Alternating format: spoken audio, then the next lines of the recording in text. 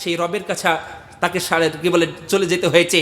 আপনাকে আমাকে পৃথিবীর বুক থেকে সকলকে চলে যেতে হবে, আল্লাহকে স্মরণ করতে হবে।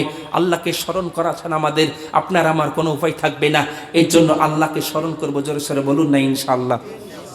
আমার আল্লাহ পাক রব্বুল আলামিন কোরআনুল কারীমের মধ্যে বললেন, ইয়া আইয়ুহাল্লাযীনা আমানুত্তাকুল্লাহা হাক্কা তুকাতিহি। আমার আল্লাহ পাক রব্বুল আলামিন কোরআনুল কারীমের মধ্যে বললেন, হে ইমানদার বিশ্বাসী বান্দাগণেরা, হে ইমানদার মুমিনেরা, তোমরা আল্লাহকে ভয় করো, তোমরা রবকে ভয় করো, তোমার প্রভুকে ভয় করো। আজকে মুসলমান বড় দুঃখ লাগে, বড় কষ্ট লাগে, বড় বেদনা লাগে। আল্লাহকে ভয় করার কথা বললেন আল্লাহ পাক রব্বুল আলামিন কোরআনুল কারীমের মধ্যে বললেন, হে ইমানদার বিশ্বাসী বান্দাগণেরা, তোমরা আল্লাহকে ভয় করো। আমরা আল্লাহ পাক রব্বুল আলামিনকে ভয় করতে পারলাম না। শুধু তাই না, আমার আল্লাহ পাক রব্বুল আলামিন কোরআনুল কারীমের মধ্যে বললেন, ইয়া আইয়ুহাল্লাযীনা আমানুত্তাকুল্লাহা হাক্কা তুকাতিহি। শুধু আল্লাহকে ভয় করলে চলবে না, ভয় করার মতো করতে হবে। আল্লাহকে কি আমরা ভয় করার মতো কি করতে পারি? কথা বলুন, করতে পারি গো? আমরা আল্লাহকে ভয় করার মতো করতে পারি না। যে আল্লাহর কাছে আপনাকে আমাকে রবের কাছে যেতে হবে, আল্লাহর কাছে যেতে হবে, ওই আল্লাহকে আমরা ভয় করার মতো ভয় করতে পারি না। মাঠে গিয়েছি, বাড়িতে ছাগল আছে, ঘাস কাটতে গিয়েছি, আপনার কি বলে ঘাসের সমস্যা, চৈত্র মাসের সময় মাঠে ঘাসের খুব ক্রাইসিস দেখা যায়, ঘাস পাওয়া যায় না। আপনার যদি কারো জমিনে যদি আপনার কি বলে গহমা বোনা থাকে, আপনার কি বলে জই যদি বোনা থাকে, আল্লাহর রবের তো ভয় থাকে না, সঙ্গে সঙ্গে বস্তাটা বোঝাই করতে হবে। মানুষ দেখতে পেল না, চুপচাপ গিয়ে আপনার কি বলে জই কেটে বস্তায় ভরে নিয়ে চলে আসলো। একে কি আল্লাহর ভয় বলে গো? কথা বলুন। আল্লাহর ভয় যদি থাকতো, মসজিদের মাইকে আজান হয়ে গেল, সঙ্গে সঙ্গে আব্দুল সাত্রে ব্রেনে ধাক্কা দিল, বাড়িতে বসা চলবে না, আল্লাহর ডাকে সাড়া দিতে হবে। মসজিদ ঘরে আল্লাহর ঘরে চলে গেল, সঙ্গে সঙ্গে মসজিদে গিয়ে আল্লাহর কি বলে ইবাদতে মগ্ন হয়ে গেল। আমার নবী বিশ্ব নবী নবী মুহাম্মদুর রাসূলুল্লাহ সাল্লাল্লাহু তাআলা আলাইহি ওয়াসাল্লাম বললেন, যারা 5 ওয়াক্ত নামাজ জামাতের সহিত পড়বে, যারা তাকবীরুল্লাহর সঙ্গে নামাজ আদায় করবে, একদিন নয়, 2 দিন নয়, 3 দিন নয়, 40 দিন, যারা 5 ওয়াক্ত নামাজ আপনার জামাতের সহিত আদায় করবে, আমার নবী বিশ্ব নবী নবী মুহাম্মদুর রাসূলুল্লাহ সাল্লাল্লাহু তাআলা আলাইহি ওয়াসাল্লাম বললেন, ওই ব্যক্তিকে আপনার দুটো ধরনের গুনাহ থেকে আল্লাহ হেফাজতে রাখবেন। রাখবেন কি রাখবেন না? একবার তাড়াতাড়ি বলেন। মানুষ সামনে মনে করে যদি আমরা আল্লাহর যদি ইবাদত করি, আল্লাহর যদি উপাসনা করি, আল্লাহর যদি প্রার্থনা করি, আমাদের রুজির হয়তো ঘাটতি থেকে যাবে। ঘাটতি তো হবে। আল্লাহর প্রতি বিশ্বাস নেই, মানুষের আল্লাহর প্রতি তাওয়াক্কুল নেই, মানুষের আল্লাহর প্রতি ভরসা না থাকার কারণে, আল্লাহকে ভুলে বসার কারণে মানুষের আপনার সব সময়তে রুজির ক্রাইসিস দেখা যাচ্ছে।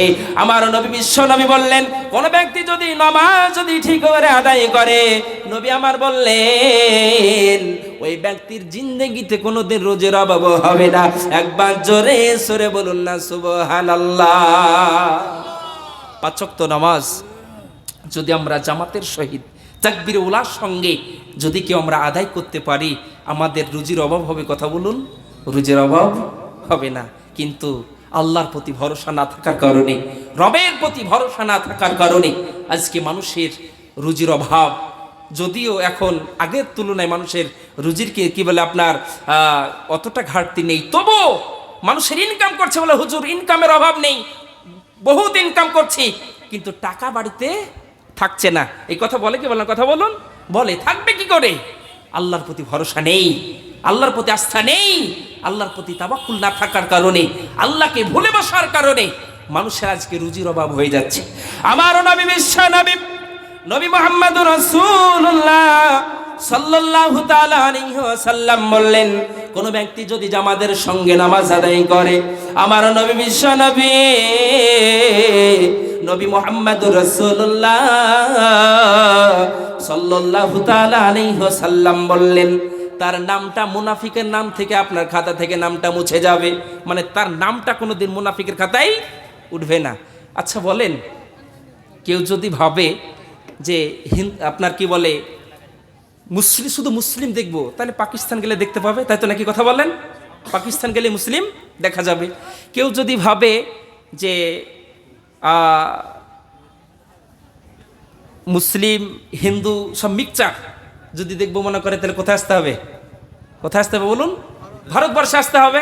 কেননা ভারতবর্ষে মুসলিম বাস করে, হিন্দু, জৈন, আদিবাসী, দলিত, যত সম্প্রদায়ের মানুষ আছে সব সম্প্রদায়ের মানুষ কিন্তু ভারতবর্ষে বসবাস করে, কি করে না? বসবাস করে। এখন কেউ যদি ভাবে আমি মুনাফিকের দেশে যাব, খুঁজে পাবে? কথা বলছেন না যে আপনারা? পাবে গো? মুনাফিকের দেশ কিন্তু খুঁজে পাওয়া যাবে না। তো ঘরে ঘরে, তো ঘরে ঘরে প্রত্যেকটা দেশই তো মুনাফিকে ভরা। আপনি ভালো করে ডিসকাস করে দেখুন যে একটা মুনাফিক, মুনাফিক কাকে বলে? যে সবারই কাছে ভালো, আপনার কাছে আপনার মতো, আমার কাছে আমার মতো, মানে ওই বেটা কারোর কাছে খারাপ হতে চাই না, ওই বেটা সবার কাছে ভালো হতে চায়, তাকে তো মুনাফিক বলে। কেউ যদি ভালো করে নামাজটা আদায় করে, নামাজটা জামাতের সঙ্গে যদি আদায় করে, তার খাতাটা, তার মুনাফিকের খাতা থেকে নামটা মুছে যাবে। এখন আপনি কি করবেন? নামাজ আদায় করতে হবে কি হবে না? তাড়াতাড়ি বলুন। হাত তুলে বিপদে ফেলাবো না, আমি বিপদে ফেলানো বলবি না, আমি বিপদে ফেলাতে চাই না।